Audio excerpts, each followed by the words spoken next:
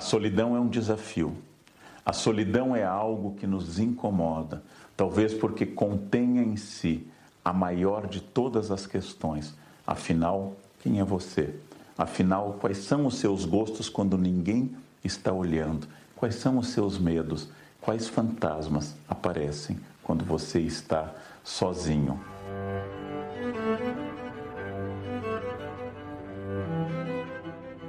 Prazer carnal. A narrativa fundacional da nossa cultura, o Gênesis, começa com uma questão muito curiosa. Deus criou todos os animais aos pares, macho e fêmea. Criou elefantes, leões, criou girafas, criou peixes aos pares. Todos tinham a espécie masculina e feminina. Apenas um ser nasceu sem complemento. Apenas um ser, criado à imagem e semelhança de Deus, segundo a narrativa do Gênesis, nasceu sem ninguém. Este alguém, Adão, homem, este alguém não tinha outra pessoa. E Deus acaba dizendo, não é bom que o homem esteja só. E criou uma companheira a partir da costela de Adão. É importante notar que Adão não reclama da solidão. Adão não reclama a Deus, Adão não chega a Deus e diz, preciso de alguém para conversar. Adão não nota que é solitário, porque não tendo tido nunca a experiência de uma companhia, Adão não pode sentir falta de ninguém. Mas o primeiro recall da criação, a primeira vez que Deus refez algo na história da criação, foi criando a mulher e a companhia para Adão, suficientemente diferente dele, porque era uma mulher, para criar um afastamento que não fosse por espelho, suficientemente igual, da mesma espécie humana, para criar uma possibilidade que leve ao diálogo. Assim, Adão e Eva constituem uma fórmula contra a solidão das mais curiosas. É preciso que eu seja ligeiramente diferente das pessoas, para que elas não sejam apenas o reflexo do meu narciso. E é preciso, igualmente, que eu seja muito parecido para que exista comunicação e identidade. A identidade é dada pelos outros. Robinson Crusoe, no romance de Daniel Defoe, conta que esteve sozinho em uma ilha, sem nenhuma companhia, apegou-se a hábitos, apegou-se a costumes, como marcar o calendário, marcar os dias, mas só descobriu, de fato, que ele era quem ele era após muitos anos, quando ele participa da libertação de uma personagem que ele batiza de Sexta-feira. A partir de então, olhando para o outro, Robinson Crusoe sente que ele é plenamente uma pessoa, é um europeu, tem uma cultura específica. Sem o outro eu não sei quase nada sobre mim. Se você é alto, se você é baixa, se você é magro, se você não é, tudo isso depende da comparação com outra pessoa. Eu estou no outro. Por isso que o grande poeta francês Rimbaud diz em um verso extraordinário a afirmação obscura: eu é um outro. Porque o meu próprio eu constitui um outro no qual eu estranho. Porque o meu eu vai se formando lentamente a partir do contato com os outros, a partir de convenções sociais, a partir de opiniões que os outros esperam que eu tenha.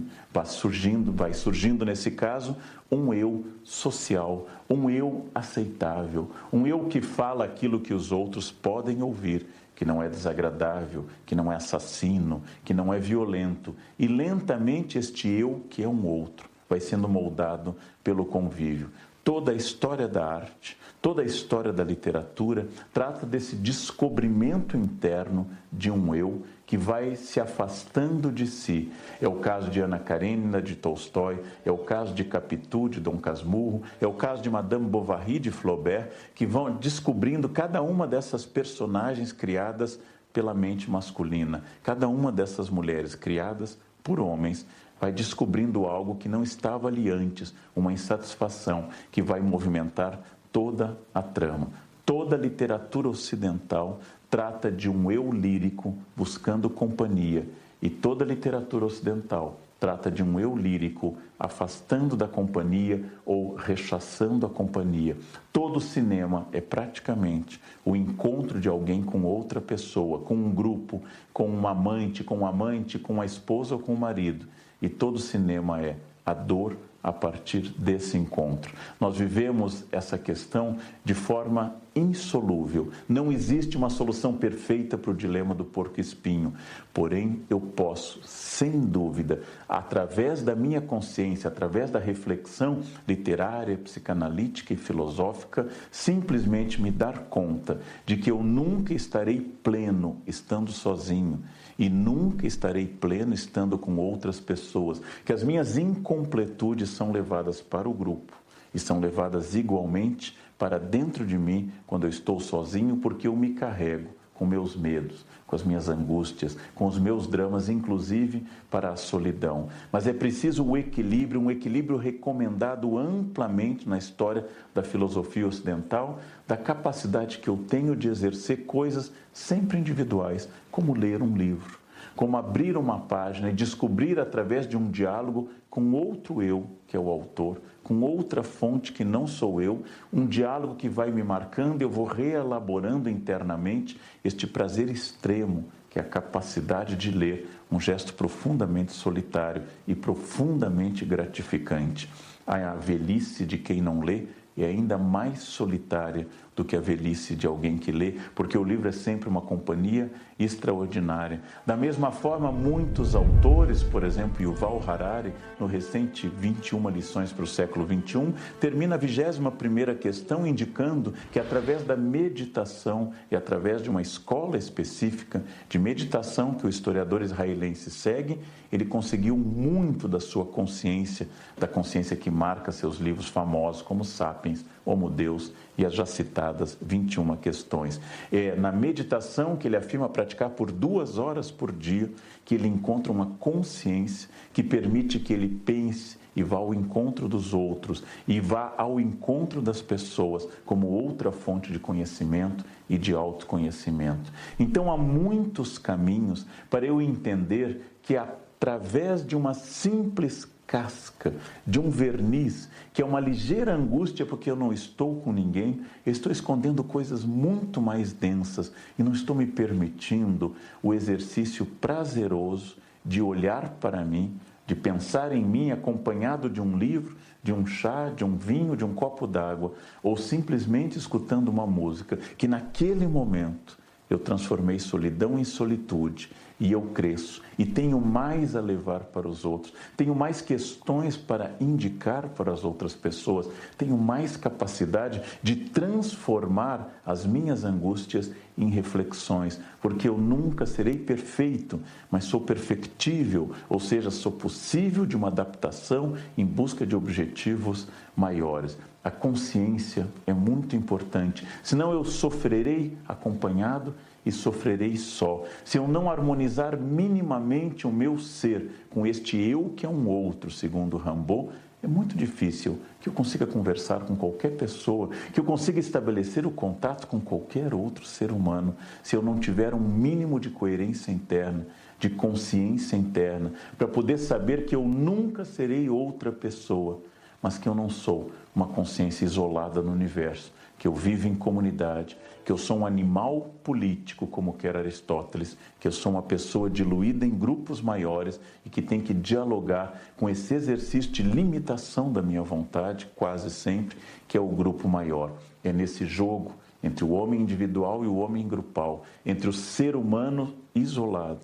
e o ser humano no bando, o ser humano em família. É nesse jogo que nós constituímos a própria humanidade.